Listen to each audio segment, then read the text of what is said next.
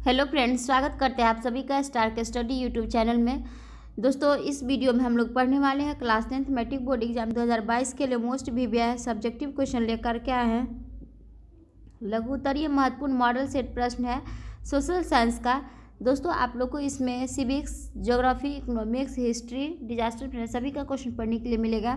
तो आज हम लोग हिस्ट्री का करने वाले हैं, इसके बाद हम लोग ज्योग्राफी का करेंगे। ठीक है, 1 बाय 1 करके सारे सब्जेक्ट का करेंगे। तो जो भी बच्चे हिस्ट्री का फर्स्ट वीडियो नहीं देखे वो ज़रूर देख लीजिएगा, काफ़ी सारे क्वेश्चन इंपॉर्टेंट है।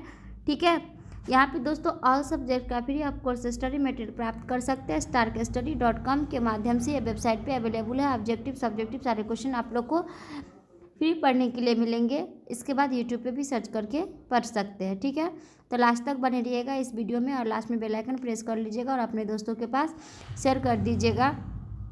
ठीक है, तो चलिए शुरू करते हैं। पहला क्वेश्चन देखिए, पहला क्वेश्चन है, इसमें क्या कहता है कि 1 से 6 तक लघु उत्तरीय प्रश्न है। इनमें से किन्हीं 3 प्रश्नों का उत्तर दे, प्रत्येक के लिए 2 अंक निर्धारित है। तो इसमें टोटल हम लोग 6 क्वेश्चन पढ़ेंगे, तो जिसमें आप लोग को सिर्फ एग्ज़ाम में 3 करना होगा और ये 2022 का न्यू वाला मॉडल पेपर क्वेश्चन है। ठीक है, तो देखिए पहला क्वेश्चन है कि गैरीबाल्डी के कार्यों का चर्चा करें।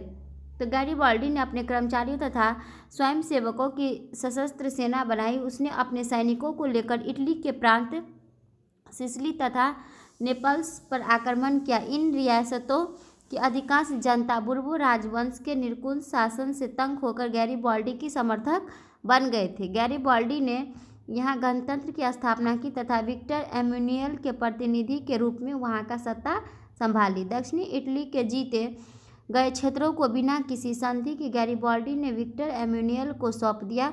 वह अपनी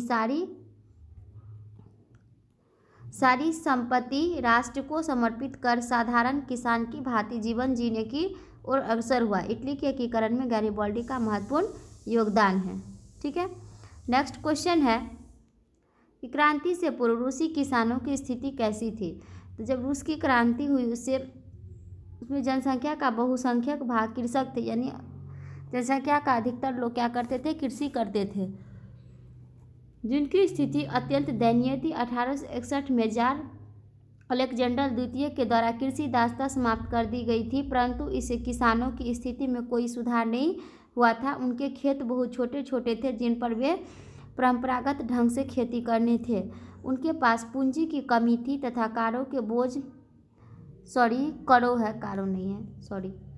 करो यानी कि वो जो हम लोग उधार लेते हैं पैसा, करो या कर्ज उसी को बोलते हैं, बोझ में वे दबे थे। ऐसे में किसानों के पास क्रांति के सिवा कोई चारा नहीं था, इसीलिए उन लोगों ने क्रांति करना शुरू किया। नेक्स्ट क्वेश्चन है 3 नंबर कि जत्रा भगत के बारे में आप क्या जानते हैं, संक्षेप में बताइए।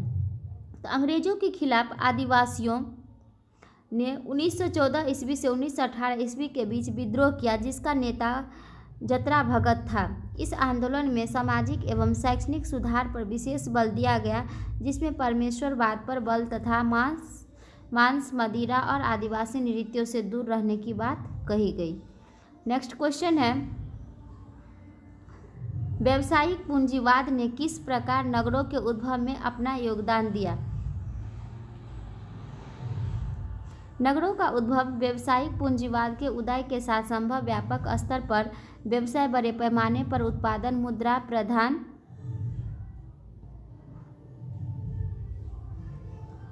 अर्थव्यवस्था, शहरी अर्थव्यवस्था जिसमें काम के बदले वेतन मंजूरी का नगद भुगतान, एक गतिशील एवं प्रतियोगी अर्थव्यवस्था, स्वतंत्र उद्गम, मुनाफा कमाने की प्रवृत्ति, मुद्रा बैंकिंग, साख बिल विनिमय, बीमा अनुबंधन, कंपनी साझेदारी, एकाधिकार आदि इस पूंजीवादी व्यवस्था की विशेषता रही। इन गतिविधियों ने नगरों के विकास में महत्वपूर्ण योगदान दिया। यह एक नए सामाजिक शक्ति के रूप में उभर कर सामने आया। नेक्स्ट क्वेश्चन है 1908 ईस्वी के समाचार पत्र अधिनियम का वर्णन करें। लॉर्ड कर्जन की नीतियों के विरुद्ध उग्र राष्ट्रवाद की भावनाएं भड़क रही थी। उन्हें दबाने के लिए 1908 ईस्वी का समाचार पत्र अधिनियम पास किया गया। इसके अनुसार किसी समाचार पत्र की ऐसी सामग्री जिससे हिंसा अथवा हत्या की प्रेरणा मिले उसकी संपत्ति को सरकार जब्त कर सकती थी। स्थानीय सरकार पूंजीकरण अधिनियम 1867 ईस्वी के तहत किसी प्रकाशन की घोषणा को रद्द कर सकती थी। प्रकाशकों को मुद्रालय जब्त होने के 15 दिन के भीतर उच्च न्यायालय में अपील करने की अनुमति थी। नेक्स्ट क्वेश्चन है कि यूरोप में राष्ट्रवाद को फैलाने में नेपोलियन बोनापार्ट किस तरह का सहायक हुआ। तो यूरोप में राष्ट्रीयता की भावना को विकास में फ्रांस की राज्य क्रांति तत्पश्चात नेपोलियन ने आक्रमणों ने महत्वपूर्ण योगदान दिया। यूरोप के कई राज्यों में नेपोलियन के अभियानों द्वारा नवयुग का संदेश पहुंचा। नेपोलियन ने जर्मनी और इटली के राज्यों को भौगोलिक नाम की परिधि से बाहर कर उसे वास्तविक एवं राजनीतिक रूपरेखा प्रदान की, जिससे इटली और जर्मनी के एकीकरण का मार्ग प्रशस्त हो गया, यानी उसका मार्ग खुल गया। दूसरी तरफ से नेपोलियन की नीतियों के कारण फ्रांसीसी प्रभुत्व और आधिपत्य के विरुद्ध यूरोप में देशभक्तिपूर्ण विक्षोभ भी जगा दी। इस प्रकार यूरोप में राष्ट्रवाद को फैलाने में नेपोलियन बोनापार्ट की अहम भूमिका थी। ये तीसरा सेट का था। आप देखिए चौथा सेट का भी हम लोग पढ़ लेते हैं, फिर हम लोग नेक्स्ट वीडियो में ज्योग्राफी का करेंगे। तो इसमें क्या है, 1830 ईस्वी की क्रांति के प्रभाव का वर्णन करें। 1830 ईस्वी की क्रांति इस बात की सूचक थी कि देश में कट्टर राजसत्तावादियों का प्रभाव कम हो रहा था। वास्तव में यह क्रांति मध्यम वर्ग और लोक संप्रभुता के सिद्धांतों की देन थी। इस क्रांति की फ्रांसीसी क्रांति के लिए सिद्धांतों को पुनर्जीवित किया तथा विनया कांग्रेस के उद्देश्यों को निर्मल सिद्ध कर दिया। इसका प्रभाव संपूर्ण यूरोप पर पड़ा और राष्ट्रीयता तथा देशभक्ति की भावना का प्रस्फुटन जिस प्रकार हुआ उसने सभी यूरोपीय राष्ट्रों के राजनीतिक एकीकरण, संवैधानिक सुधारों तथा राष्ट्रवाद के विकास का मार्ग प्रशस्त किया। इसके बाद क्या हुआ कि इटली तथा जर्मनी का एकीकरण तथा यूनान, पोलैंड, हंगरी में तत्कालीन व्यवस्था के प्रति राष्ट्रीयता का प्रभाव के कारण आंदोलन उठ खड़ा हुआ, जिससे कि आगे चलकर फ्रांस में भी लुई फिलिप्स के खिलाफ आवाज़ उठने लगी, जिसने फ्रांस में एक और क्रांति की पृष्ठभूमि तैयार की गई। नेक्स्ट क्वेश्चन है सेकंड नंबर, कार्ल मार्क्स के विषय में आप क्या जानते हैं। तो कार्ल मार्क्स जो क्या था, एक समाजवादक तथा साम्यवादक के जनक थे। तो वैज्ञानिक साम्यवाद तथा साम्यवाद के जनक कार्ल मार्क्स थे। वे हेगल, मॉन्टेस्क्यू तथा रूसो के विचारों से गहरे रूप से प्रभावित थे। 1843 ईस्वी में पेरिस में उनकी भेंट फ्रेडरिक एंजेलेस से हुई। एंजेलेस श्रमिकों की दयनीय स्थिति से दुखी थे। मार्क्स ने उनके विचारों से प्रभावित हुए, अतः दोनों ने मिलकर 1848 ईस्वी में कम्युनिस्ट, इसको याद रखना है, कम्युनिस्ट मैनिफेस्टो प्रकाशित किया गया था। तो इसी ऑब्जेक्टिव में भी आ सकता है कि कार्ल मार्क्स से प्रकाशित किया गया था द कम्युनिस्ट मैनिफेस्टो। इसे आधुनिक समाजवाद का जनक माना जाता है। इसमें श्रमिकों को संगठित होने की प्रेरणा दी गई। 1867 ईस्वी में कार्ल मार्क्स ने दास कैपिटल नामक पुस्तक की प्रकाशन किया था। तो ऑब्जेक्टिव में यह भी क्वेश्चन पूछा कि दास कैपिटल नामक पुस्तक की रचना किसने की थी। तो कार्ल मार्क्स ने की थी। कितना ईस्वी में, 1867 ईस्वी में। तो ये दोनों पॉइंट यहाँ पे इम्पोर्टेंट है, तो इसको याद रखिएगा। जिसे समाजवादियों की बाइबिल कहा जाता है, इसके द्वारा उन्हें साम्यवादी विचारधारा का प्रचार किया। बाद में मार्क्स इंग्लैंड चले गए और अपना शेष जीवन वहीं व्यतीत किया। 1883 ईस्वी में इनकी मृत्यु हो गई। ये भी पूछता है कि उनकी मृत्यु, कार्ल मार्क्स की मृत्यु कितने ईस्वी में, तो 1883 ईस्वी में। के विचारों को तेजी से प्रसार हुआ। समाज साम्यवाद एक सशक्त आंदोलन के रूप में परिणत हो गया। नेक्स्ट क्वेश्चन है, रॉलेट एक्ट से आप क्या समझते हैं। मोस्ट इम्पॉर्टेंट क्वेश्चन है। बढ़ती हुई क्रांतिकारी घटना एवं असंतोष को दबाने के लिए लॉर्ड चेम्सफोर्ड ने न्यायाधीश सिडनी रॉलेट की अध्यक्षता में एक समिति की नियुक्ति की। समिति की अनुशंसा पर 25 मार्च 1919 ईस्वी को रॉलेट एक्ट पारित हुआ। रॉलेट एक्ट कितना ईस्वी को पारित किया, 25 मार्च 1919 ईस्वी को। ये ऑब्जेक्टिव में आप लोग से पूछा जा सकता है क्वेश्चन।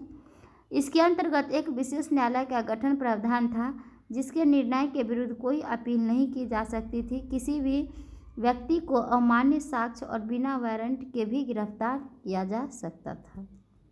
नेक्स्ट क्वेश्चन है, शहरों के उद्भव में मध्यम वर्ग की भूमिका किस प्रकार की रही? शहरों के उद्भव में मध्यम वर्ग की भूमिका महत्वपूर्ण रही। एक नए शिक्षित वर्ग का अभ्युदय हुआ तो विभिन्न देशों में रहकर भी औसतन एक समान आय प्राप्त करने वाले वर्ग के रूप में उभर कर आए। वे बुद्धिजीवी वर्ग के रूप में स्वीकार किए गए। यह विभिन्न रूपों में कार्यरत रहे, जैसे शिक्षक, वकील, चिकित्सक, इंजीनियर, क्लर्क, अकाउंटेंट, परंतु जीवन मूल्य के आदर्श समान रहे और इनकी आर्थिक स्थिति भी एक वेतनभोगी वर्ग के रूप में उभर कर आई। नेक्स्ट क्वेश्चन है, इंक्विजिशन से आप क्या समझते हैं?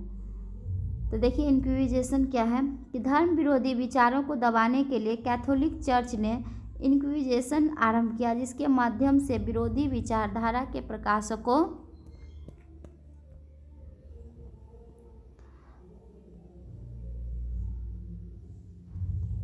और पुस्तक विक्रेताओं पर प्रतिबंध लगाया गया। इसकी आवश्यकता इसलिए पड़ी क्योंकि छपाई से नए बौद्धिक माहौल का निर्माण हुआ था एवं धर्म सुधार आंदोलन के लिए विचारों का फैलाव बड़ी तेजी से आम लोगों तक तब अपेक्षाकृत कम पढ़े लिखे लोग भी धर्म की अलग अलग व्याख्या से परिचित हुए। कृषक से लेकर बुद्धिजीवी तक बाइबिल की नई नई व्याख्या करने लगे।